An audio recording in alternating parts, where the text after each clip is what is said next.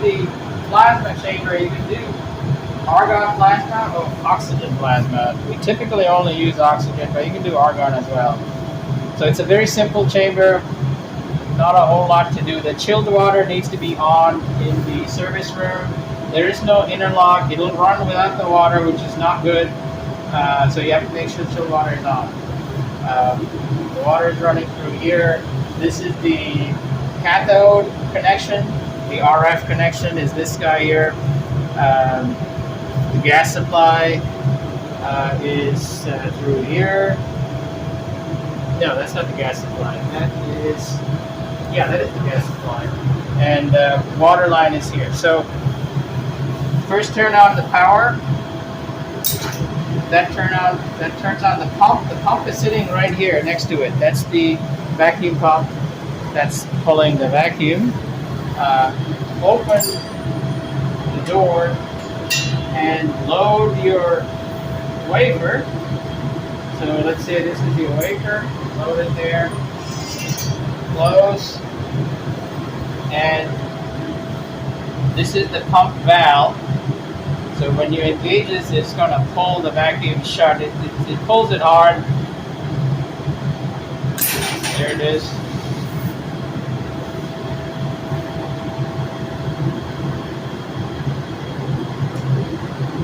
And this is the pressure. Wait till it's about 200, 250 millitorrs. So this is torrs, so that's 370 millitorrs.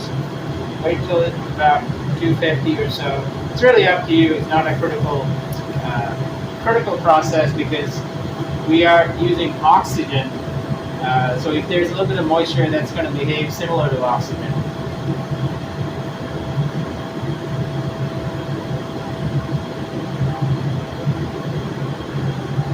Okay, so this is your base pressure. So you wait for whatever pressure that is appropriate. If you're doing an argon plasma and you don't want any traces of oxygen or water, then you need to go even lower. But since we are doing an oxygen plasma, I'm not too worried about this. Then turn on the O2 valve. Here's the O2 gas. Turn that on. And the pressure comes up. We've been using about 600 millitorrs. It's set to right about there. You can increase it or decrease it. Go lower. Do this. Increase it. So we've been using about 600. Nothing special about that number. And then turn on the RF generator. Generator power is here. It's not RF. It's actually kilohertz frequency.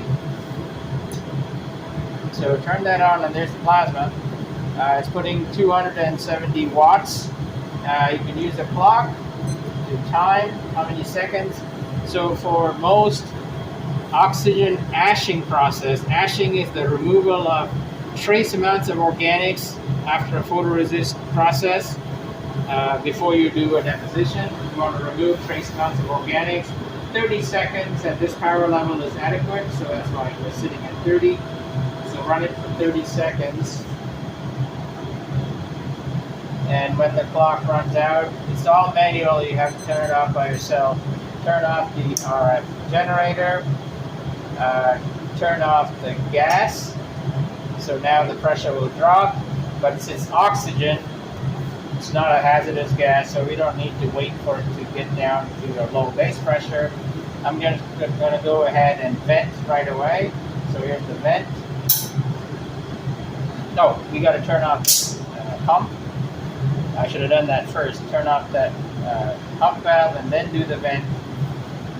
Now it's venting, and the chamber will open. When it's vented, it will crack open by itself.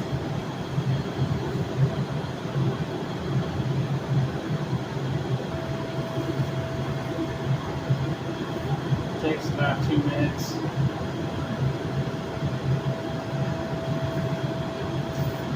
You can see that lid starts to open up. You can see the gap gets bigger and bigger as the pressure inside increases. And when it becomes equal to atmospheric pressure, it'll open by itself. And there it is, that's done. Okay, and then turn off the vent. It doesn't stop, so you're going to turn that off. can also turn off the pump if you're not running anything after that. Turn that off. Open this and retrieve your sample. And if you're doing an ashing process, this will leave a hydrophilic surface, so you have to quickly load this into the next process vacuum chamber. So don't leave it here for too long, maybe a few minutes, but not too long. Another thing to observe is because the initial pump, it doesn't have a throttle valve. It just kind of opens the entire pump to the chamber. That's why that jarring action in the initial pump down sequence. So might be better to put your sample on this side rather than to cover this. If you do it like this, there is a small possibility that the pump vacuum will pull this and could break the wafer. It's never happened, but it's possible. So I'd say put it on the plate and don't cover this hole because that could introduce a short pressure differential that could damage the wafer. And then just close it and leave it. That's it. There's not much to it. And this is all off.